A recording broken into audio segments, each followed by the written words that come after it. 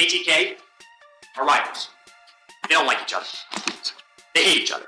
And one of the traditions of both groups is producing rap music, drill rap, diss songs that make fun of or talk disrespectfully about members of their ops. What happened after Hakeem jumped out of the Nissan? Shot at him. Shot at who? This might go down as one of the wildest crash outs in rap history. We're talking about a full-on meltdown. And today, we're breaking down exactly how Ksoo got smoked in court and why he's never getting out again. Things kicked off with the prosecutor laying it all out for the Jacksonville jury. Slashing open his flesh. Hot metal ripping through his muscles.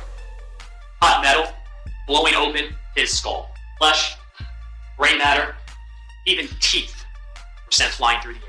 For those who follow the drill scene, you already know the streets were on fire when Youngin Ace and Fulio started going at it. But in court, the lawyer laid everything out, no fluff. Straight to the point. Ksoo allegedly caught a body for revenge. He's accused of murking Lil Buck to get back for his brother Boss Goon's death. Exactly 1 year after Boss Goon was assassinated, Ksoo and his cousin Scotty were sliding through the city, looking for anyone from the other side. Instagram on his phone, he contacts Raekwon Howard. Raekwon Howard, who is affiliated with Six Ball. They're ops. Tells him, got one of your boys slew. Let him know they're getting ready to take somebody out, but doesn't say who. On the anniversary of his brother's homicide, they caught Lil Buck lacking. As Lil Buck walked back to his car, Ksoo popped out in no warning and started spraying him up. Lil Buck dropped to the pavement, and instead of dipping, Ksoo stood over him and put one in his head. Execution style, and the prosecutor. Smoking on Willie Bean. You smoking on a dead person? Is that a good thing? What's a bad thing? Was, excuse me, Abdul Robinson Jr., Kareem, aware of this song? Yes, sir. What about Hakeem Robinson? Yes, sir. Leroy Whitaker? Yes, sir. Were they upset over that song? Yes, sir. He didn't hold back. He made sure the jury felt the full weight of what went down. He described how Lil Buck's teeth and brains were splattered all over the parking lot. It was graphic, it was raw, and it hit hard in that courtroom. But what really blew the roof off the courtroom was what Ksoo allegedly said right before the trigger got pulled. The story goes, Ksoo and Scotty were sitting on Lil Buck waiting outside. When Lil Buck parked his car and went into a building, they sat tight. Then, get this, Ksoo allegedly FaceTimed one of Lil Buck's boys and said, "We caught your boy slipping." Minutes later, Ksoo hopped out and left Lil Buck's body laid out in the street.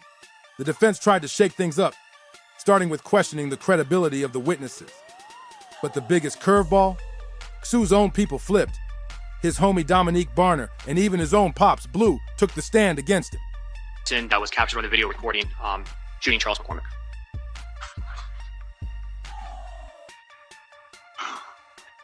My son, What's your son's name? Hakeem. The defense tried to spin it, painting them as untrustworthy, like they were just saying whatever to save themselves. But it was too late. Ksoo didn't just get caught up. He did it all in the open, in front of cameras, with the same weapon tied to the homicide. This wasn't a slip-up. This was a total crash-out. The defense tried to argue that Ksoo didn't match the shooter caught on camera, saying he was way bigger than the guy in the footage. But the problem? Ksoo had pictures all over social media that showed he looked just like the dude holding the strap. And hear from Barbara Buckley, and I'll tell you up front, I think you'll like her. She's feisty. No one pulls anything over her eyes. And she's gonna walk in and she's gonna honestly talk to you about that morning. It wasn't just hearsay. It was all over the internet, and it matched up too well. After Lil Buck got dropped, Ksoo jumped into a getaway car with Scotty and Dominique Barner. But their escape didn't go smooth. Cops were hot on their tail, chasing them through the streets. Then, boom, they crashed the whip. That's when Ksoo dipped out on foot, leaving Scotty and Dominique behind. He ran through some woods trying to get away and popped out in a whole different neighborhood. While sirens were blasting everywhere, a woman spotted him coming out the trees looking all frantic. That woman? Natalie. Ksoo had called her to scoop him up, and her testimony ended up sealing the deal in court. Familiar with a local rap group called ATK? Yes, sir. Was Abdul Robinson Jr., Kareem, part of ATK? Yes, sir. What about Hakeem Robinson? Yes, sir. Leroy Whitaker? Yes, sir. Thorgon Williams? Yes, sir. The defense tried to claim the guy in the woods wasn't Ksoo, but Natalie shut that down quick. She straight up told the court it was him. She said he called her, she pulled up, and he jumped in while police were swarming the area. That moment gave the prosecutors exactly what they needed. Natalie's words didn't do Ksoo any favors, but what really put the nail in the coffin was his own homie, Dominique Barner. Not only did Dominique flip on him, but he also admitted to helping Scotty break into a house and kidnap a woman right after they crashed. Even though he pleaded guilty and agreed to testify, Dominique was still staring down 20 years behind bars. So he spilled everything. He confirmed that ATK was a gang and both Ksoo and Scotty were repping hard. But that wasn't all. Dominique broke down how the music and the streets were all mixed up. He said Lil Buck had dropped a diss track on Ksoo's brother, Boss Goon, and that's what triggered everything. We have a rep for your arrest for murder today. What? Yes. For?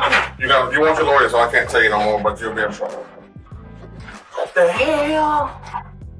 After that track dropped, Dominique messaged Lil Buck and warned him to stop dissing. But Lil Buck didn't listen. That's when Dominique decided to track him down. He found out his address and the car he drove. Then, Ksoo, Scotty, and Dominique rolled up to Lil Buck's apartment building, ready to handle business. But the only reason they didn't get him that day, Lil Buck had skipped town. Dude was out on vacation. The whole thing was planned. They were just waiting on the right moment to strike. Once they found out Lil Buck was back in the city, it was game on. Dominique, Ksoo, and Scotty loaded up and hit the road again.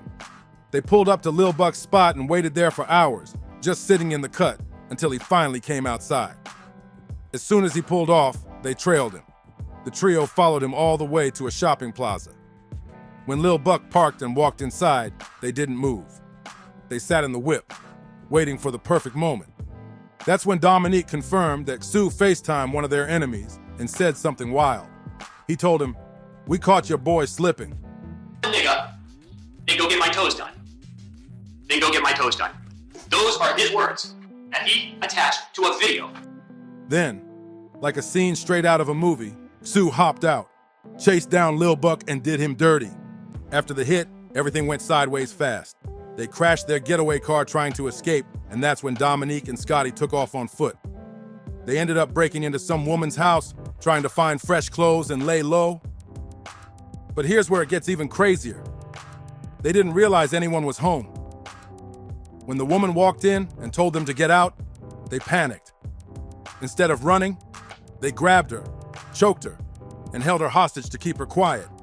Meanwhile, Scotty made some calls to get out of there, and guess who came through? Ksoo's dad, Blue. Yup, his own father got involved. Car approaching us, right, coming the way we were sitting. And what was significant about the car? It was a lady driving, holding a cell phone. She looked lost, like she was looking for something. Blue pulled up to scoop them from the house, thinking he was helping them escape the heat. But later on, Blue flipped and took the stand against his own son. Turns out Blue was dealing with some serious legal heat of his own. And he thought testifying on Ksoo would help him shave some time off. The prosecutors claimed that the Lil Buck hit was straight up retaliation for the homicide of Ksoo's brother, Boss Goon. And the wild part? Blue was right there when Boss Goon got ended. He was driving the car when shooters rolled up and sprayed the whole vehicle. Blue testified about holding Boss Goon's hand as he died right there in the front seat. You found out where Charles McCormick lived in December of 2019. Why wasn't he killed right away? Because he took a vacation. Charles took a vacation? Yeah. Blue's other son, Abdul Robinson Jr., was also in that car during the hit, and now he's facing charges for Lil Buck's homicide too. His trial's happening separately, but guess what? Blue is probably going to testify in that one too. Blue told the court that Lil Buck was affiliated with 6 Block and had serious beef with Ksoo and everyone repping ATK. After picking up Dominique and Scotty from the house they broke into, Blue drove them to a Burger King parking lot, not for food, but to burn the clothes they wore during the hit. Dominique and Scotty told him everything, and instead of backing off, Blue helped cover it up, just trying to make the whole mess disappear.